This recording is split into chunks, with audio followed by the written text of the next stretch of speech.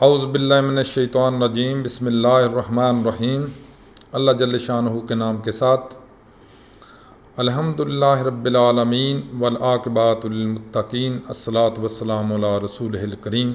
السلام علیکم دوستو، ڈاکٹر نصیر کالم آپ سے مخاطب ہوں CNP کے پلیٹ فارم سے۔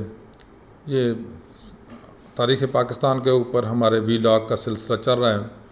پچھلے ویلاگ میں جو میں نے بات کی تھی وہ یہاں تک پہنچے تھے کہ ڈیرہ بگٹی میں حالات کچھ خراب ہو گئے تھے، کافی سارے خراب بلکہ ہو گئے تھے۔ تو وہاں پہ یہ سوئی گیس والے محکمہ نے نیگوسیشن بھی کی تھی، وہاں پہ جو حملے ہو رہے تھے تنصیبات کے اوپر، گیس کے تنصیبات کے اوپر، لیکن وہ بات نہ بنی۔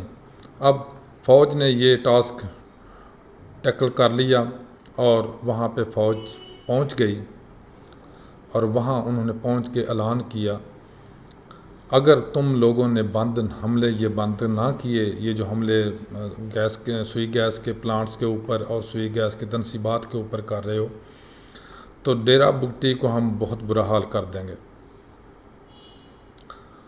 یاد رہے کہ یہ بات مارچ 17 کی ہے، لیکن تب بھی یہ قضیہ حل نہ ہوا، تو انہوں نے 17 مارچ کو ہماری فوج نے وہاں پہ زبردست فوجی حملہ کیا، باقاعدہ پلاننگ کے ساتھ کیا۔ اس میں بہت سارے لوگ، اور کہا جاتا ہے 30 سے زیادہ لوگ ہلاک ہو گئے، اور کچھ لوگوں کو باقی جو بچ گئے تھے لوگ، ان کو فوج نے الٹیمیٹم دیا کہ آپ اس علاقے کو، ڈیرہ بگٹی کو چھوڑ کر نکل جائیں یہاں سے۔ لیکن وہ روایت قبائل کی اپنی اپنی روایات ہوتی ہیں، وہ نہ نکلنا چاہتے تھے۔ بگٹی قبیلہ کے ساتھ ساتھ ڈیرہ بگٹی میں اور بھی کچھ قبائل تھے، جن میں سر فہرست کلپر بگٹی قبیلہ تھا، جن کی اکبر بگٹی قبیلہ کے ساتھ بڑی مخاصمت تھی، بڑی ان کے ساتھ دشمنی تھی۔ ان دشمنیوں کے اندر قبائلی علاقوں میں اکثر و بیشتر لوگ لڑتے رہتے ہیں، فائرنگیں ہوتی رہتی ہیں، ہلاک ہوتے رہتے ہیں، زخمی ہوتے رہتے ہیں۔ تو یہی حال ان دونوں کا تھا، ان کے درمیان بھی بہت دشمنی چل رہی تھی بہت عرصے سے، حتیٰ کہ کلپر بگٹی قبیلہ جو تھا وہ وہاں سے نکل گیا تھا، وہاں سے مائیگریٹ کر گیا تھا، ڈیرہ بگٹی سے نکل کے باہر کہیں دور چلے گئے تھے۔ اب جب جنرل مشرف صاحب نے یہ آپریشن شروع کیا تو اکبر بگٹی کے خلاف کلپر بگٹی قبیلے نے ان کی بہت مدد کی، یعنی ہماری فورسز کی بہت مدد کی، ان کو کچھ انفارمیشن بھی دیں، کو فزیکلی بھی جا کے ان کے ساتھ وہ مل گئے۔ اب جب حالات مزید خراب ہوئے تو حکومتی گروپ کے چند سیاستدانوں نے یہ فیصلہ کیا کہ ان سے مذاکرات کی جائے، کیونکہ آخر ہر مسئلے کا حل مذاکرات سے ہی ہوتا ہے۔ اب وہ باتیں نہیں ہیں کہ گن اور بندوق کے ساتھ کسی کو آپ دبا لیں تو ایک دو آدمی ہوں تو پھر تو مسئلہ حل ہو جائے گا، وگرنہ اگر پورا کا پورا قبیلہ یا پورا کا پورا علاقہ یا پورے کے پورے لوکیلٹی کے لوگ جو ہیں وہ اگر ایسا کر رہے ہیں تو پھر بہت مشکل ہوتی ہے۔ اس میں وہ بھی ہمارے پاکستانی بھائی ہیں اور یہ ہماری فوج بھی ہمارے پاکستانی بھائی ہیں، تو یہ بہت مشکل مرحلہ ہوتا ہے، بڑا مشکل بات ہوتی ہے کہ وہ کس طرح سے ان کو ٹیکل کیا۔ لہٰذا بیچ میں رستہ نکالنے کی کوشش کی، اور اسی مارچ کے اندر ہی کچھ لوگ جنرل مشرف صاحب سے بات کرنے کے بعد بگٹی صاحب سے، اکبر بگٹی سے بات کرنے کے لیے چلے گئے۔ اب اکبر بگٹی صاحب نے میڈیا کے سامنے آ کے جو بیانات دیے، ان میں سے ان کے مطالبات یہ تھے کہ ہمارے صوبہ بلوچستان کے ساتھ بہت زیادتی ہو رہی ہے، جس کی تازہ مثال یہ ہے کہ ہمارے عزت کے اوپر حملہ کیا گیا، یعنی ڈاکٹر شازیہ کا جو ریپ ہوا تھا اس کی بات وہ کر رہے تھے۔ دوسرا، یہ الزام بھی انہوں نے کسی فوجی آفیسر کے اوپر ہی لگایا تھا۔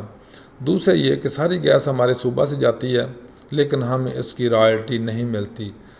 تیسرے نمبر پہ یہ کہ دیکھیں انہوں نے، یعنی ہماری فورسز نے، ہماری افواج نے چاروں طرف گھیرا ڈالا ہوا ہے، اور ایک پوسٹ جو بالکل ہمارے ساتھ بنائی ہوئی ہے گھروں کے ساتھ، اس سے ہماری بے پردگی بھی ہوتی ہے۔ چونکہ یہ لڑائی چل رہی تھی تو لڑائی میں بہت سارے لوگ مارے بھی گئے تھے، بیچارے کچھ زخمی بھی ہوئے تھے۔ تو یہ جو وفد گیا تھا ان سے مذاکرات کرنے بگٹی صاحب سے، اس میں چور شجاعت حسین کے ساتھ مشاہد حسین، سید مونس الہی اور ایک صحافی خاتون زہرہ نسیم تھیں۔ وہاں پہنچ کے انہوں نے ان سے مذاکرات کیے، بات چلتی رہی 3-4 گھنٹے۔ جب مذاکرات ہوئے تو اکبر بگٹی صاحب نے اپنے مطالبات دوبارہ دہرائے، جس میں انہوں نے کہا کہ ہمیں گیس کی رائلٹی دی جائے اور یہ جو فوجی چوکیاں بنی ہوئی ہیں ہمارے گھروں کے ساتھ، اس کو ہٹایا جائے، ہماری بے پردگی ہوتی ہے، اور شازیہ کیس کو منطقی انجام تک پہنچایا جائے۔ جنرل چوہدری شجاعت صاحب نے ان سے وعدہ کیا کہ میں یہ جا کے جنرل صاحب سے بات کرتا ہوں تو اس کا انشاءاللہ کوئی نہ کوئی رستہ نکل آئے گا۔ وہ واپس اسلام آباد پہنچے اور انہوں نے پہنچتے ہی جنرل مشرف صاحب سے بات کی کہ یہ معاملات ہیں، یہ ان کے مطالبات ہیں، ان کو پورا کرنا چاہیے، ان کے اوپر آپ، بلکہ انہوں نے جنرل صاحب کو اس بات پر راضی کر لیا کہ آپ 1 to 1 by face Akbar Bugti صاحب سے بات کر لیں، ان کو یہاں بلا لیں، ان کے ساتھ فیس ٹو فیس بیٹھ کے ٹیبل کے اوپر ٹیبل ٹاک کر لیں، تاکہ اس کا دونوں کے بیٹھنے سے کوئی نہ کوئی انشاءاللہ مسئلہ حل ہو جائے گا اور اس کا کوئی نہ کوئی حل نکل آئے گا۔ جنرل صاحب نے بات مان لی اور انہوں نے ایک تو یہ کیا کہ یہ جو فوجی چوکی ان کے قریب تھی بالکل گھروں کے، اس کو دور ہٹا دیا۔ دوسرا انہوں نے جہاز بھیج دیا اکبر بگٹی صاحب کو وہاں سے ڈیرہ بگٹی سے لانے کے لیے۔ لیکن اللہ جانے کیا بات ہوئی، کیا معاملہ ہوا کہ جب وہ جہاز وہاں پہنچ بھی گیا تو اس کو واپس بلا لیا گیا جہاز کو، اور بگٹی صاحب کو نہ لے کے آئے۔ اب 14 جولائی 2005 کی بات ہے، مشرف صاحب بلوچستان کی فرنٹیئر کور کا دورہ کر رہے تھے تو ان پر چند راکٹ اور میزائل آ کر گرے، یعنی ان کو حملہ، جان لیوا حملہ ان کے اوپر کیا گیا، لیکن اللہ تعالیٰ نے جنرل صاحب کو بچا لیا۔ تو اس واقعے کو جب جانچنے کے لیے دوبارہ تحقیقاتی ٹیم وہاں پہ پہنچی اسی مقام پہ، تو ان پر بھی یہ حملہ کیا گیا، تو ان میں سے کافی لوگ زخمی ہو گئے۔ اب لڑائی سمجھ لیں کہ تیز بھی ہو گئی اور نو ریٹرن پہ اس کا پوائنٹ آ گیا تھا۔ مشرف صاحب نے اب یہ حکم دے دیا کہ ان کو اب ختم کر دو، یہ ایسے نہیں ہے، یہ فوجی آپریشن سے ہی ختم کریں گے، اور انہوں نے بڑا شد و مد سے فوجی آپریشن جو پہلے چل رہا تھا اس کو تیز کر دیا، اور میڈیا کو وہاں پر جانے سے، میڈیا پرسنز کو روک دیا گیا، کسی کو وہاں نہیں جانے دیا جا رہا تھا کہ وہاں پہ کیا ہو رہا ہے کیا نہیں ہو رہا ہے۔ امریکی رپورٹ کے مطابق 25,000 فوجی، ہمارے فوجی بھائی اس آپریشن میں حصہ لے رہے تھے۔ پتہ نہیں یہ بات صحیح ہے یہ غلط ہے، واللہ عالم، لیکن یہ بات کی گئی تھی۔ اس حملے میں کولو اور ڈیرہ بگٹی میں بہت تباہی ہوئی اور مقامی لوگ وہاں سے بہت بھاگ گئے، جبکہ ریلوے لائنوں کے اوپر، گیس پائپ لائنوں کے اوپر، بجلی کی لائنوں کے اوپر حملے برابر ہوتے رہے۔ وہ جو بھی دہشت گرد سمجھ لیں یا حملہ آور سمجھ لیں، جو بھی تھے وہ کر رہے تھے اپنا اپنا کام، ساتھ ساتھ وہ انہوں نے جاری رکھا۔